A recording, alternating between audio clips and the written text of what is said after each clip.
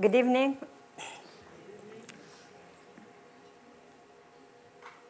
In my 4 years in Israel and Palestine, I experienced and I interviewed and listened, some of them as horrible as Teagistes. But today, I don't want to speak to you about them, but I want to speak for them, to let their cry be heard. 3 or 4 months ago, I received a telephone call from the United States. A desperate Eritrean woman. Her name was Rachel. Rachel, her brother was kept in Sinai, in Egypt, and she was asked to pay $36,000 for his ransom to be released from their hands. She was forced to listen while her brother was tortured, screaming for mercy. And Rachel was desperate. She didn't know what to do. Because herself even, she was just new as a refugee in the United States. And her family are very poor. So it took her ages in order to raise the $36,000 in order to bring out her brother. Why she called me Rachel? She called me because she wanted, when she has raised this amount of money, begging on the streets and the churches, and relatives, even her family, sold their belongings, animals or houses, whatever they have, in order to save their child. And she wanted me to send this money, and so that I pass it to an Israeli, so that he can pass it to the Sinai, to the human traffickers. Her call put me in a very difficult position. I didn't know what to do. I prayed God to give me strength because I did not have the answer. In one hand, if I do this, maybe this boy, 17-year-old boy, might be saved his life. In the other hand, I was opposing how I can cooperate with these human traffickers, this madness of chain of slavery, to give them this amount of money, who people, from what they haven't, they brought this amount of money to save their child. It was a heartbreaking situation for me. I didn't know what to say. But I have to tell her, I cannot do it. I cannot cooperate with these people. Either you have to send it directly or find your way. After a week or a few days, she called me back. Her 17-year-old brother was killed.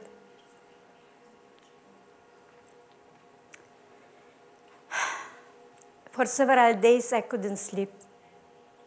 And I was wondering what the Good Shepherd would have done. I don't know if I have to feel guilt. I don't know. I don't have an answer. In Israel, there are 53,000 asylum seekers. Most of them are from Eritrea, Sudan, and Ethiopia. And there are many, small number of refugees.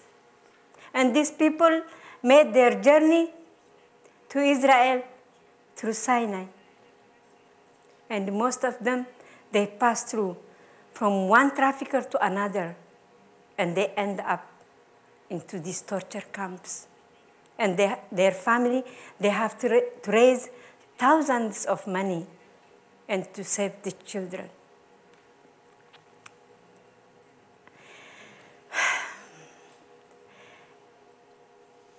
In my volunteer work with Physicians for Human Rights Israel, I did interview with the survivors of human traffickers, more than 1,500 people. I met people burned with melted plastics. I have met people burned with kerosene. I have met people with deep wounds with chains. I met people became blind because for 6 months, 8 months, they were blindfolded. And when they take them out to the sun, they lose their sight. I tell you one story. The worst is when their mind and soul is wounded. Only God can heal them. Only God can give them strength to see the future, to embrace the human person. This is what I do and pray. So these people, they may trust human person. They may look their future in bright. And I have to listen and listen and listen. One day in this Physicians for Human Rights of Israel, I met a lady who escaped from Eritrea with her best friend, her childhood friend. And as soon as they arrived to Sudan, they were kidnapped. They were kidnapped and they were brought to Sinai in human way, without water. If they give them water, was stained with gasoline so that they don't ask more. And a very small bread. As soon as they have arrived to Sinai, to the torture camps, they were tortured, electrocuted, hung, suspended from the ceiling, and abused sexually, human way and inhuman way. And they were chained for 6 months. The friend of Wayne could not survive. She died. You know what they did? They left her best friend for 3 days, chained with her while she was dead. And she was screaming, "Kill me also. I cannot live without her. Kill me." And what they did, they poured on her a diesel and burned her hair. Lucky, maybe God's grace, she was survived. She survived. And when finally her parents paid the 30,000, she was carried to the border of Israel. And she was a shadow of herself. When she saw on the mirror for the first time in Beersheba hospital, she didn't recognize herself. And she was telling me, I was pinching myself to know if I am dead or I am alive.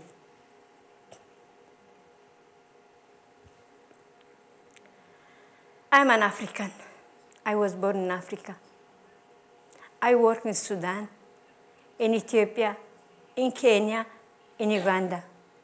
I passed many war, famine, hunger, and difficulties. But the horror that I have listened in Israel from the torture camp survivors, you don't see it even in terror films.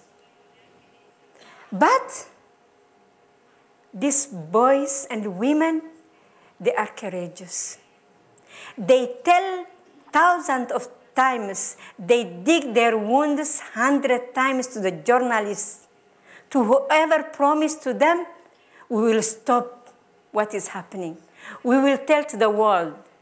But the world, till now, is silent.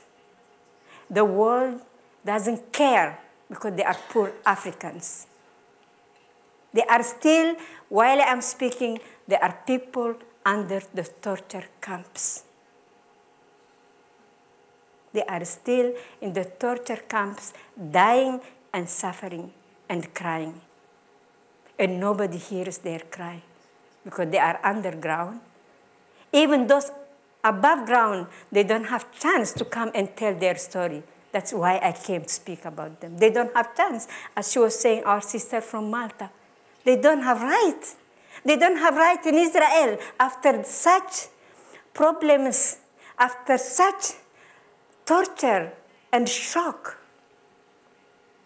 They don't have any right. They are called infiltrators. They don't have any status. From prison to prison. From prison to prison. They have done weeks of hunger strike and a lot of demonstration. Nobody listens. Instead, they are put in prison. But they are strong. They fight for their rights. I don't want to enter why these people run away from their own countries. You know more than I do. You know more than I do. But what I want is to pray for them so that their strength, their trusting in God and in human person to be strong.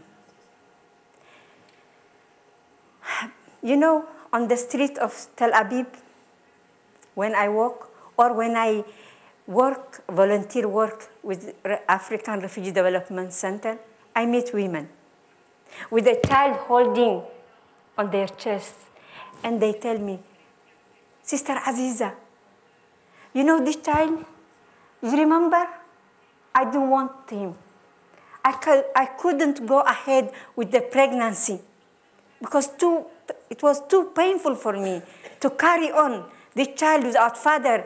I didn't even see the man that he was abusing me because I was blindfolded. But now, it is the reason of my living. But now, this is for me that makes me reconcile with my past and gives me strength, my future to see bright. As a woman and as a missionary, after God, they are my strengths. These are my strengths. And that's why today I stand to tell you about their courage and their faith. You know, before I came with a psychologist doctor, I went to hospital to see a lady who was dying. And we couldn't hear her. The psychologist was this way, and I was this way. And I was singing in our language, in Tigrinya. And at a certain point, I see her hand pointing up to God. She was saying, I couldn't hear her well, Sinai, Sinai. I came. Then she mumbled, so much is untold. Yes, she's right. We will never know what happened to these brothers and sisters of ours in Sinai. As a Komboni, I am a Komboni sister. My founder fought against slavery. Against slavery. And I want to end also. He fought against slavery and he showed the world this has to end. I want to also, this slavery, new slavery, I want to end with the grace of God and of prayer of all of us. And so, please don't remain also yourself in silence. Thank you. God bless you.